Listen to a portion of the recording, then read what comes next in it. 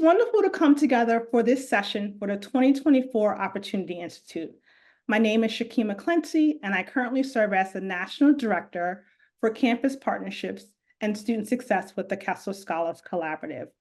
We'll share more about our work with the collaborative, but first, let me start by introducing myself, and then I'll invite my colleagues with me today to do the same. I've worked in higher education for over 17 years. And through my various roles, ranging from my time spent in residence life, diversity, equity, and inclusion, new student orientation, living learning communities, or leading a first-year seminar program, a common thread throughout my career has been a focus on access and student success, with a particular emphasis on strategies and advocacy to improve institutional cultures, policies, and practices to better support our most vulnerable students operating at the margins. The students who have great promise and much to offer, but have been underserved or underrepresented in higher education. For today's session, we will focus on our work to support first-generation college students who come from lower-income households. At the Kessler Scholars Collaborative, we define first-generation college students as students whose parents or guardians have not obtained a four-year bachelor's degree. I'm excited to join you all and share more about our work together supporting the Kessler Scholars across 16 colleges and universities. Today's session is titled The Kessler Scholars Collaborative, Cross-Institutional Boundaries to Support First-Generation Student Success. And now I'll turn it over to my colleague, Kia, to introduce herself. Hello, I'm Dr. Kia Fletcher, Director of Academic Success Programs at The Ohio State University. I have the privilege of leading 3 programs, First Year Experience, our Buckeyes First and Kessler Scholars Programs, which support first-generation students, as well as Spring Forward, which is an academic recovery program. So thank you for having me. Ebony, how about you go next? Hi, everyone. My name is Ebony Miles, and I'm at the University of California, Riverside. I lead our Kessler Scholars Program. Here on campus, along with our First Gen initiative. Kristen? Awesome. Good afternoon, everyone. My name is Kristen Glasner, and I serve as the National Director of Organizational Learning and Strategy at the Kessler Scholars Collaborative. And over the past 2 decades, my work has primarily focused on the areas of college access and student success. So I began my career first working in the college access space with students and families on their path to college, navigating the college application process and the enrollment process. And in my role with the Kessler Scholars Program, I support organizational learning, and I serve as the primary liaison for our evaluation efforts. So we think a lot at the collaborative about how we can use research and data to inform our practice and program improvement in order to support first-generation limited income students. And so in all of my work in higher education, I've focused primarily on identifying barriers to higher education and promoting policies and practices that support access and success, particularly for students from historically marginalized groups. So we're going to begin today's discussion with a brief overview of the Kessler Scholars Collaborative, what it is that we do, and who we work with. And then we will dive into a discussion with all of us about the work that we do to support first-generation students. So to begin, we'll share a few slides to get us started. So the Kessler Scholars Program is a 4-year comprehensive cohort-based program that provides transformative support for first-generation limited income students. The program was first formed at the University of Michigan after the university identified significant gaps in graduation rates between first-generation students and their continuing generation peers. And so taking what we know from research on first-generation college students and college student success, the Kessler Scholars Program model was developed to address students' financial challenges while also attending to their personal, academic, and professional development. And so the program offers individualized, strengths-based support for students across their college journey. And in a few moments, Shakima will share more about the program model. But the students and staff who are part of the Kessler Scholars Programs are embedded and supported by a national network hosted by the Kessler Scholars Collaborative, which is the umbrella organization that allows program leaders to meet regularly to share resources and promising practices to support our work with Kessler Scholars. So as I mentioned, the first Kessler Scholars program was established at the University of Michigan. And after some early success in the program, our program founders and funders were interested in further expansion. And so between 2019 and 2020, the Kessler Scholars Program expanded to 5 additional institutions: Cornell University, Johns Hopkins University, Queens College, St. Francis College, and Syracuse University. And then we further expanded in 2020 in partnership with the American Talent Initiative to support expansion to 10 additional campuses, which is when we were really pleased to welcome both the University of California, Riverside and Ohio State University. And they, along with 8 other institutions, launched new Kessler Scholars Programs in the fall of 2023. So we approach our work with campus partners as a community of practice. And so what that means is we essentially try to bring together our campus partners and staff to meet regularly together to share promising practices, to learn with one another, and to engage in shared evaluation activities. So we also are supported by an external evaluation partner, Ithaca S&R, and that evaluation team engages in multiple forms of data collection to inform our work. So they do student surveys at the beginning and end of each academic year. They survey staff who are working with Kessler Scholars. They also collect institutional data so we can track traditional success metrics like GPA, credit completion, retention, and graduation rates. And they also collect qualitative data through focus groups and other avenues of data collection to understand the students' experiences in the program and how their participation in the program impacts success outcomes like retention and graduation, but also other affective measures that we care about, like sense of belonging, academic self-efficacy, professional development, etc. And so with that brief introduction to the collaborative, I'm going to turn things over to Shakima, who will share a little bit more about who our Kessler Scholars are and about the program model. Thanks so much, Kristen. So it's wonderful to support our growing population of first-generation limited income students. Currently, we have 752 students who are enrolled in Kessler Scholar programs across our 16 partner institutions. We know that first-generation college students bring many strengths and assets with them to higher education. And through the Kessler Scholars Program model, we work to affirm and celebrate students' many experiences and identities. On this slide here, you'll see the representation of the identities that our students hold. The majority of them identify as students of color.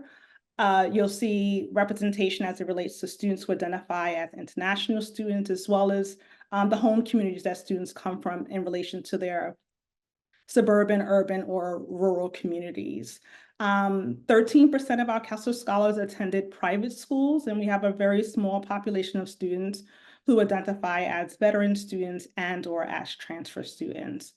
Also in this slide, you'll see the various countries that our students come from, as well as the many states that they're represented within the Kessler Scholars Program. It is our goal that the Kessler Scholars cohort is diverse. We encourage programs to maintain a gender balance with cohorts, while also recruiting a diversity of students in terms of racial and ethnic diversity. We suggest that campuses strive to have a higher representation of underrepresented students of color in the Kessler Scholars Program compared to the institution as a whole. And so this slide just shares a little bit more about the Kessler Scholars who are currently enrolled in our program.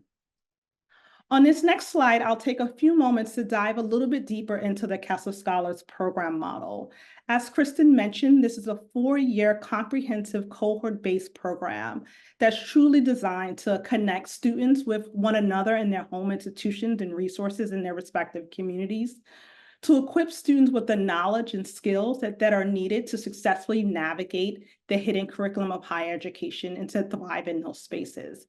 This is an asset-based program where we work to affirm and celebrate students' identities and connect them with others to foster a sense of belonging, inclusion, and support. But then also through leadership development and other opportunities, we work to empower students so they can thrive, they can exercise agency, and also find their voice in any space that they occupy on campus.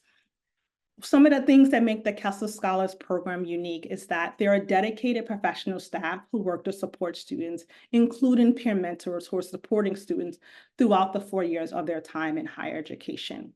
Kessler Scholars benefit from financial support, which could be used to supplement gaps to replace loans or gaps in their financial aid packages, to allow them to access and participate in high impact practices, or offset some of the financial costs we know could be detrimental to students succeeding and thriving in higher education. Students also benefit from cohort-based workshops and events. This is an opportunity for students to come together in community with other scholars who share similar identities or different identities, to feel empowered, to learn skills and strategies to navigate higher education, and also celebrate their various identities that they hold and work to build community and a sense of belonging. Student leadership and development is an important aspect of the Kessler Scholars Program model. Students have the opportunities to lead and serve in their home communities through community service, but also have opportunities to give back to the Kessler Scholar Program and support other first-gen students as peer mentors and/or serving on advisory boards. We recognize that the summer months, particularly that first summer in which students have been admitted to the institution, is a critical time. And so each of our programs provides supports to Kessler Scholars over the summer. And this can take shape in the form of a summer bridge program, virtual programming opportunities for students to come together, a pre-orientation program. So that early summer transitional support is really critical to the support that we provide to Kessler Scholars and helping them feel as though they're coming into a warm community, they have access to resources and people who are going to support them and help them navigate the institution. Some programs also offer additional enrichment opportunities, which may include a live and learning community where students have the opportunity to live together as Kessler Scholars and/or participate in a first-year experience course. So that's a little bit about the Kessler Scholars Program. Now I'm going to stop sharing my screen and we're going to open it up for a panel discussion. And this is an opportunity for us to share more about our work supporting Kessler Scholars. So Kristen, I'm going to turn it over to you now. Awesome. Thanks, Shakima. So I'm really excited to dive in and hear a little bit more specifically from our campus partners at Ohio State and UCR. And one thing that's really unique about the Kessler Scholars Program model is although all of the programs have core programmatic elements that Shakima just mentioned, each is very adaptable to their particular institutional environment and the students that they support. And so we have a really flexible model such that no two Kessler Scholars programs look exactly alike, and that's intentional because we really want to be responsive to local context and understand and attend to the needs of the specific student populations we work with. So to kick things off, we'd love to hear from each of you, Ebony and Kia, in terms of telling us a little bit about your institutions, where the Kessler Scholars Program is situated within each, and some of the unique features of the program. So Ebony, we'll let you get things started for us. Yes, so Kessler Scholars here at UC Riverside sits within our Student Success Unit underneath our Division of Undergraduate Education. And so we are unique in that we are one of the HSI institutions, and we are the furthest west school, a part of the Kessler Collaborative. Almost half of our student population on campus, so 49% of our students are first gen.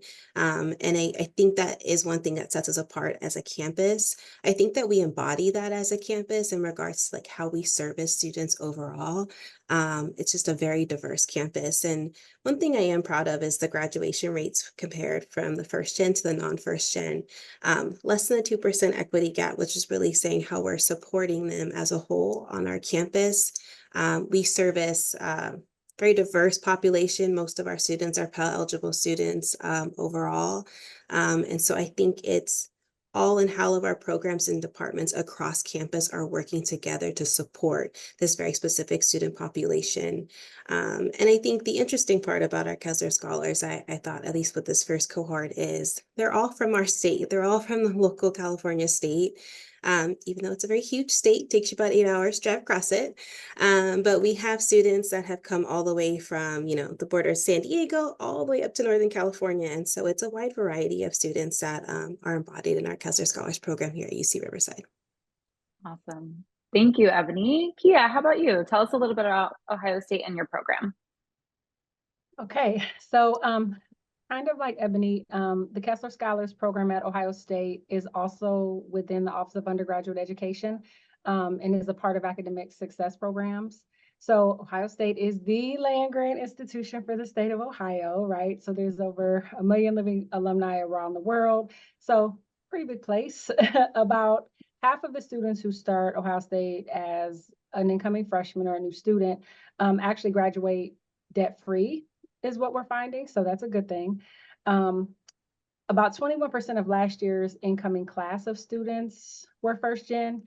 And I think collectively across the institution, about 25% identify as first generation. So, definitely a increasing population, but as it stands right now, one we're still working with.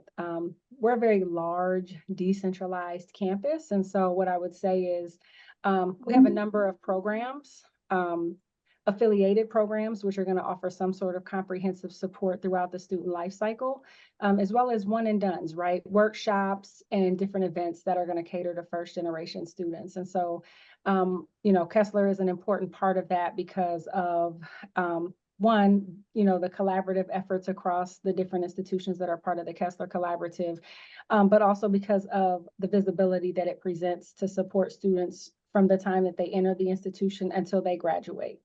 So. Great. Awesome. So we know that, Ohio State and UC are just finished up their first, or are just about to finish up their first year of execution of the Kessler Scholars Program. So we know it's still early days and in the early stages of execution, but Kia, I'd love to hear what in this first year you are learning, what appears to be working, or what are you excited about with respect to the Kessler Scholars Program?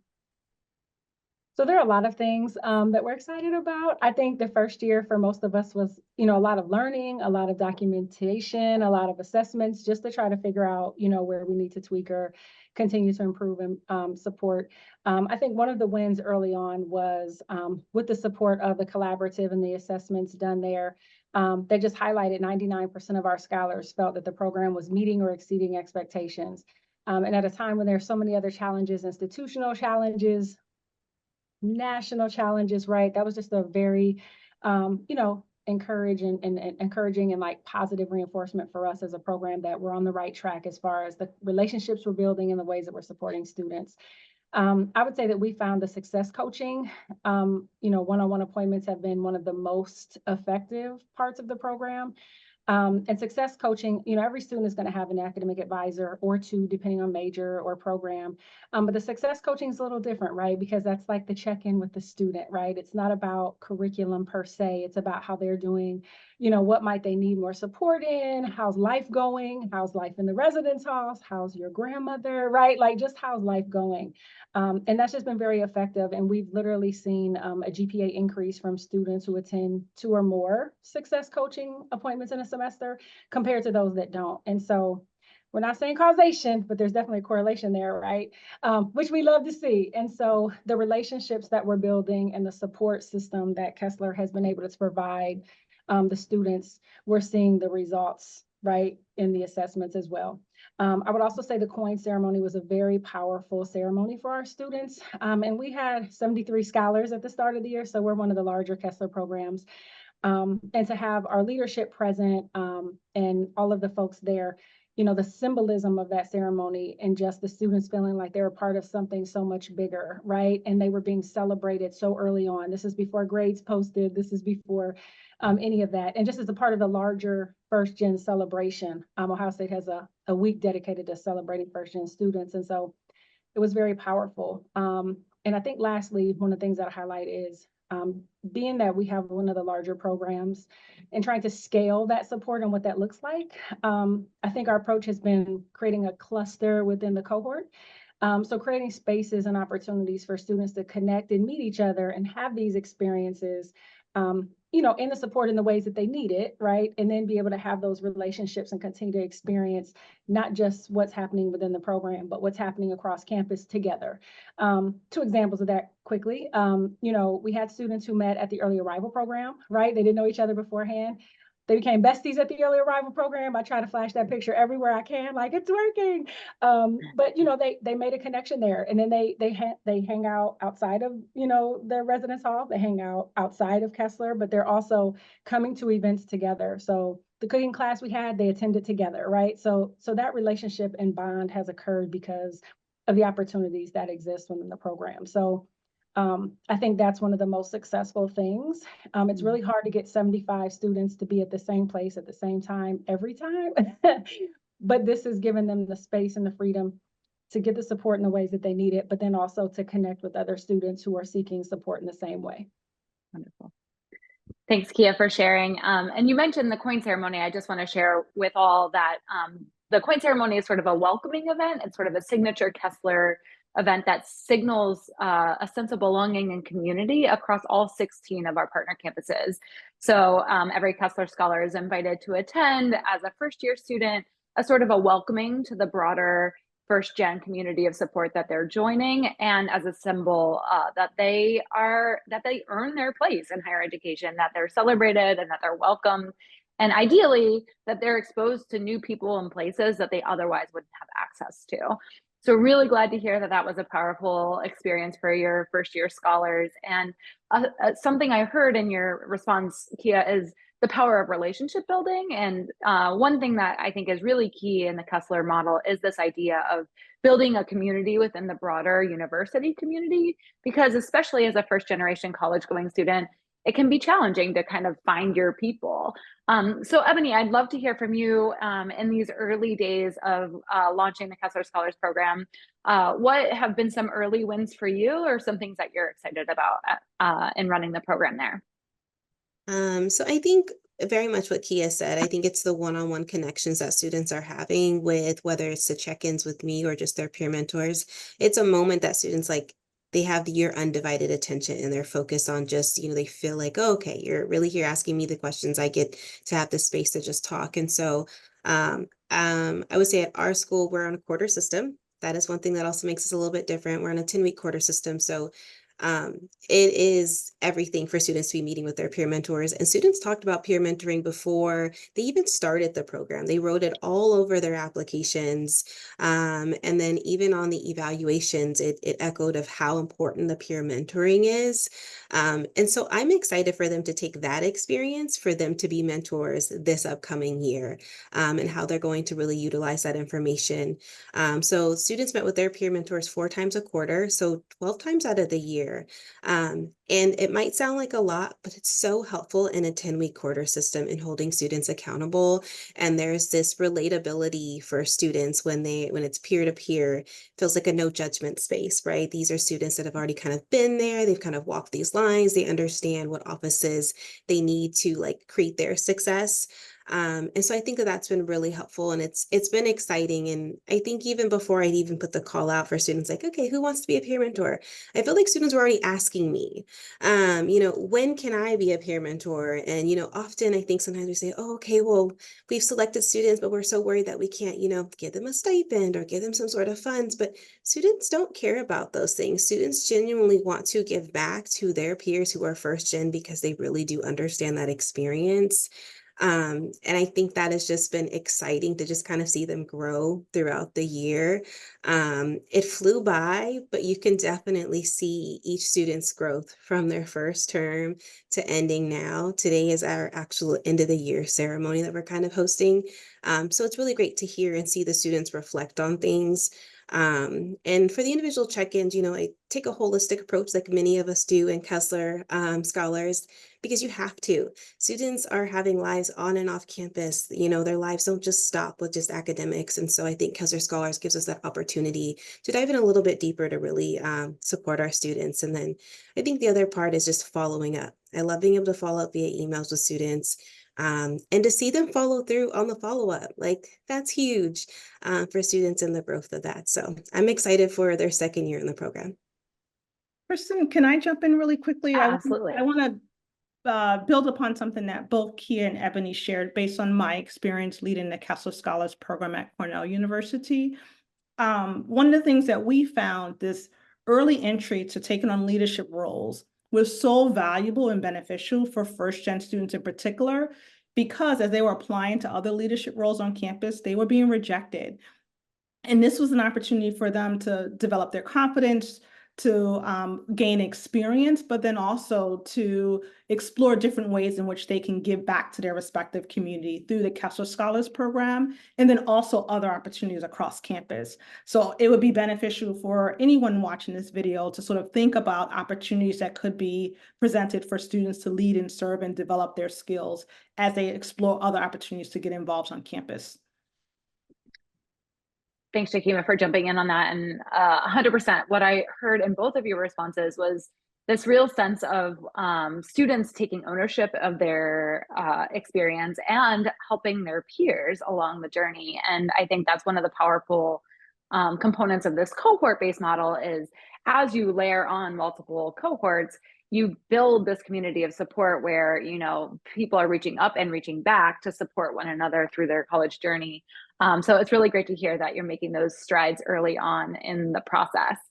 So the other interesting thing about the Kessler Scholars Program model is we're thinking about both how you can institutionalize a new program to support first generation college going students, but then also how that program can inform other institutional priorities and practices to support first generation student success. So I'm interested in hearing a little bit more from both of you in terms of how you're working on the Kessler Scholars Program has helped to inform institutional policies or practices to support first generation success initiatives more broadly across your institution. So Kia, I'll kick it to you, and if you could share a little bit about what's been happening at Ohio State in regards to that. So a few things. I would start this with the collective energy is powerful. And I think that, you know, being a part of something bigger across multiple institutions, sharing ideas, sharing best practices, you know, sharing what's working, what's not working, even normalizing some of the challenges, you know, and struggles that exist has been really, really powerful in moving the needle. You know, I'm not afraid to name drop when I need to. Oh, institution here, maybe the one up north, you know, is doing this and they don't seem to be having a hard time. Magically, you know, things can move. But if I think back to when we were in the planning year preparing to launch the program, you know, one of the things that we did was establish the Kessler Implementation Committee. And so we were fortunate in the regard that we were basically, we had a program that supported first gen students that we were ready to take to maybe, you know, 2.0, and that's where Kessler came in. And so we were aware of some of the challenges that we may have, some of the institutional barriers that we may have, and where students might need more support. So we leveraged the folks who are on the ground doing the work. We had the representatives from financial aid at the table and communications and across different units.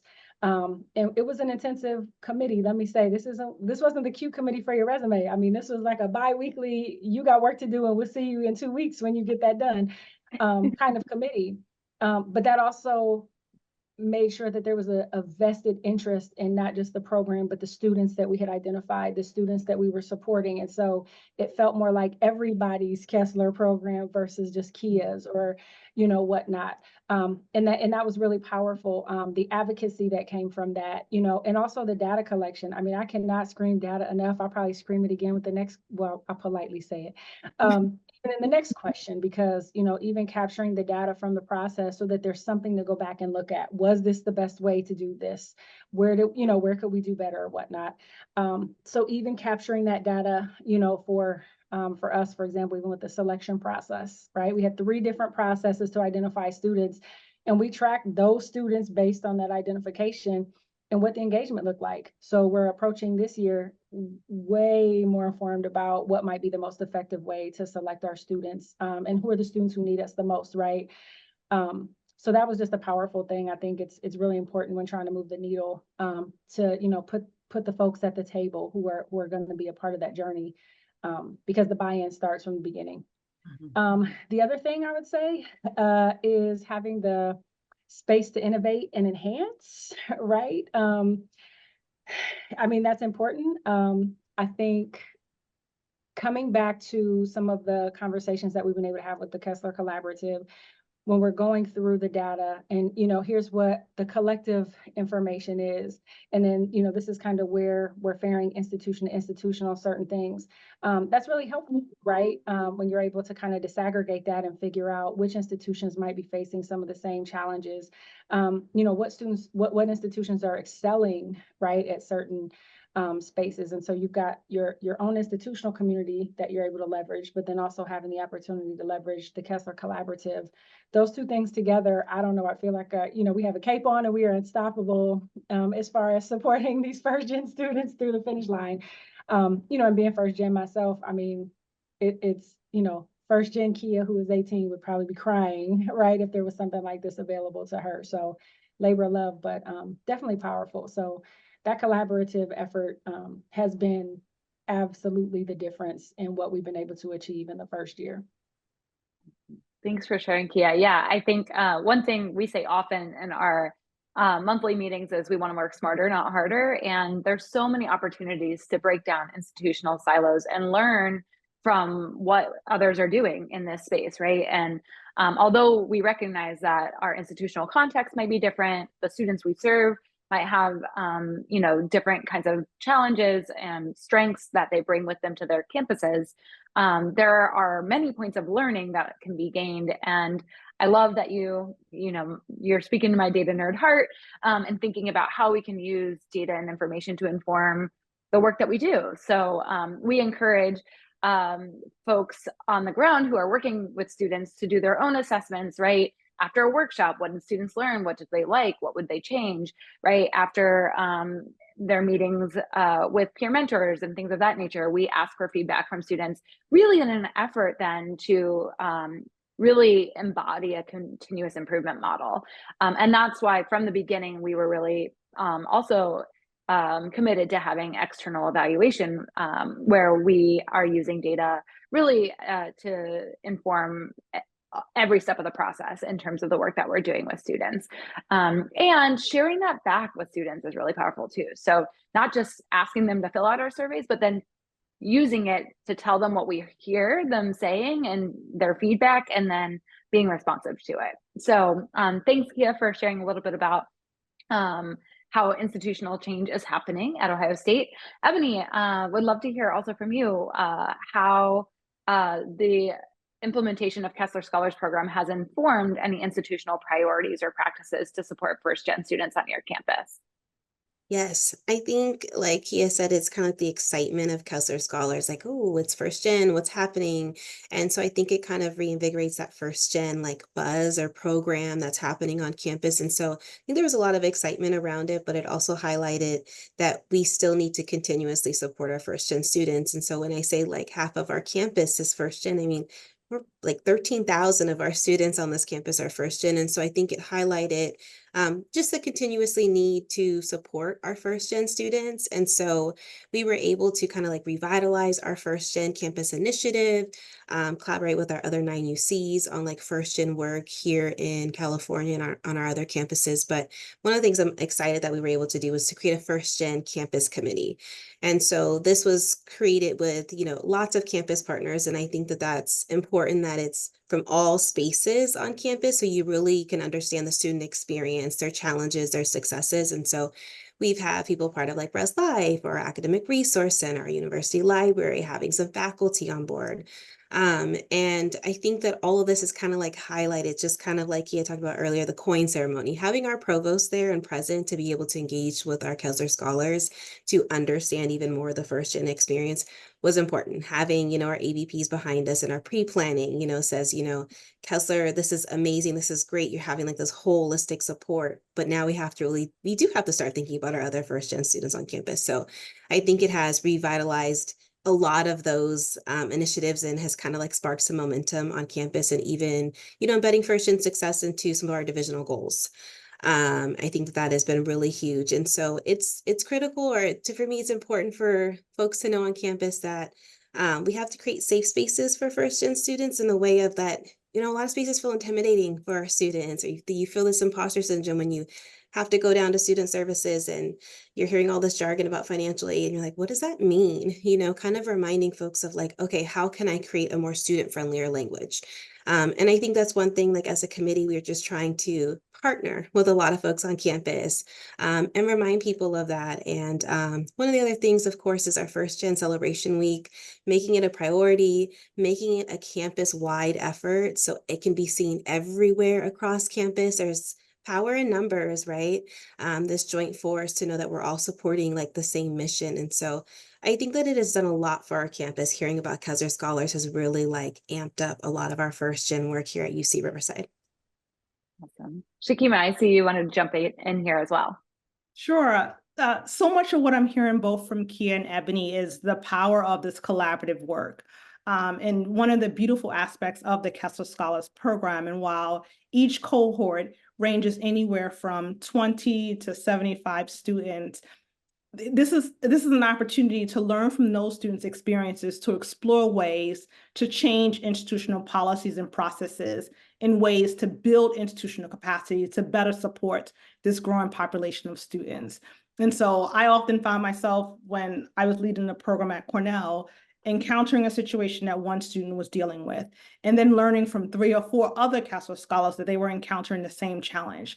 And so really looking at, if these students are encountering this challenge, how many other students are encountering this challenge, and really trying to work intentionally and strategically with campus partners to minimize or even eliminate the institutional barrier to make it so that students didn't have to encounter that. And as a result, work to support this population of students who identify as first gen and come from limited income backgrounds to have a ripple effect on institutional culture and impact all students, regardless of the identities that they hold.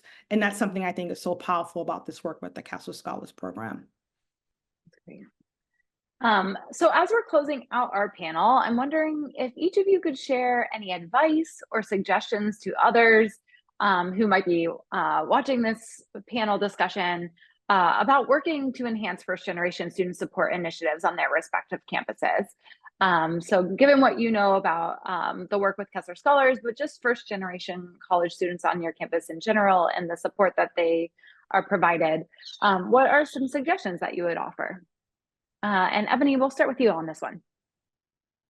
I think partnership, I think if anything has shown us more is really the power of partnership, even with like the Kessler Scholars Collaborative. I mean, working with all of the institutions and just partnering on ideas or what's working and what's not has been really, really powerful and helpful. And I think that then matriculates for me here on UC Riverside's campus, right? It's partnering with all of the different folks, being able to reach out to faculty and staff and saying, hey, do you want to engage on this panel? And of course, I love that.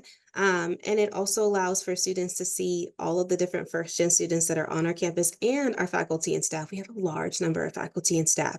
And so highlighting those folks on your campus is something that I do advise. And one thing that I've learned from student feedback and evaluations is creating engaging panels and workshops. It's huge.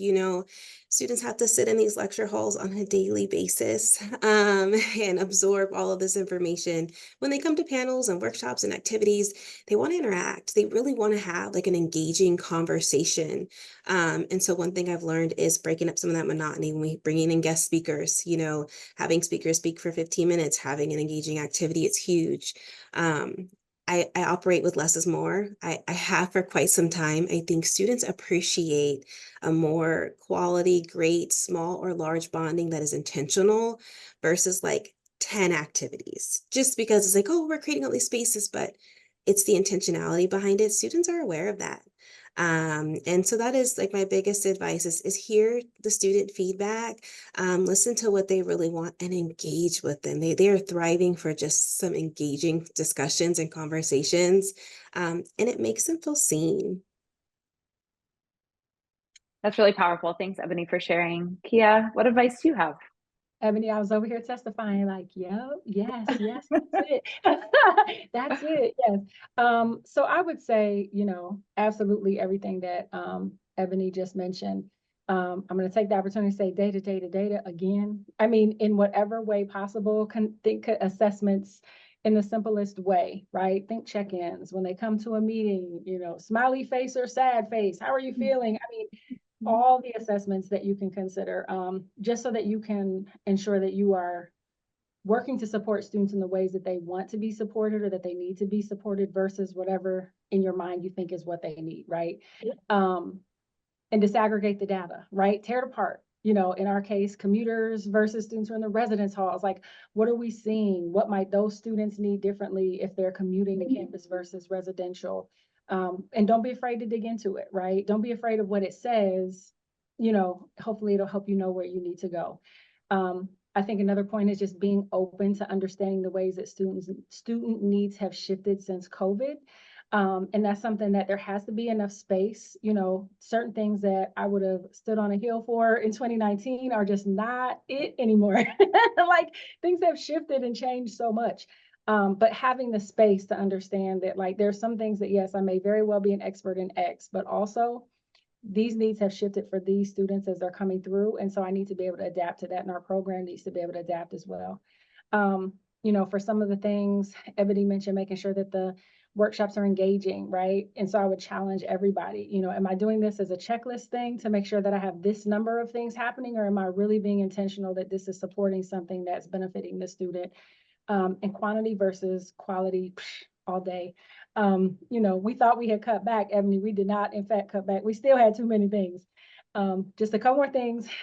Diverse perspectives. Don't be afraid to reach out to units that may not seem like you're doing the same work, because that's still helpful. And just trying to level set and see what other resources might be available to students, or what other ways they're being communicated to or supported. I think that's all helpful, because it doesn't exist in a bubble. And then the last thing is making sure that you're aligning to institutional goals. You know, every institution is going to have goals and a strategic plan and completion plans, and making sure that the things that you're setting up are feeding into that every time. Ebony mentioned the committee that, you know, has grown as a part of this work. And I would say we also just started a First Gen Coalition, and it's literally representatives across campus and even our regional campuses. And so my seat on the core leadership team is because of all the amazing things that we've been doing with the Kessler Scholars Program. So, you know, do this work for the passion, do this work because it's the right thing to do this work because these are already our students and we owe them the support to get to graduation. Once they accept and we say you're ours, be committed to that. And the rest will come, right? So if that's the center and you center the student, you're doing the right thing and the rest will come. Well, I couldn't have said it any better than the both of you. And you have so much knowledge and wisdom and experience and expertise in supporting first gen students. And so you might be getting some phone calls and emails from folks watching this if they want to pick your brains a bit more. But with that, I'll kick it back to Shakima to wrap us up. Thank you so much, Kristen, Ebony, and Kia, for sharing your insight, your perspectives, all of the great work that you're engaged in to support first-generation college students at the collaborative level, as well as at your respective institutions, is very much appreciated. You'll see here, I provided our contact information. We welcome you to reach out to us if you have any questions or want to learn more about what we've shared. We quickly touched on topics related to building institutional capacity, student engagement, ways to better support students as they navigate higher education and thinking about terminology and First Gen Celebration Day. So we touched on a lot as it relates to our work in supporting Kessler Scholars. But if you have any questions or want to learn more information, please feel free to reach out to us. I also will serve as a coach for the Opportunity Institute and look forward to connecting with you and other colleagues to learn more about the work that you're engaged in to support first gen students and identify strategies and practices to better support these students.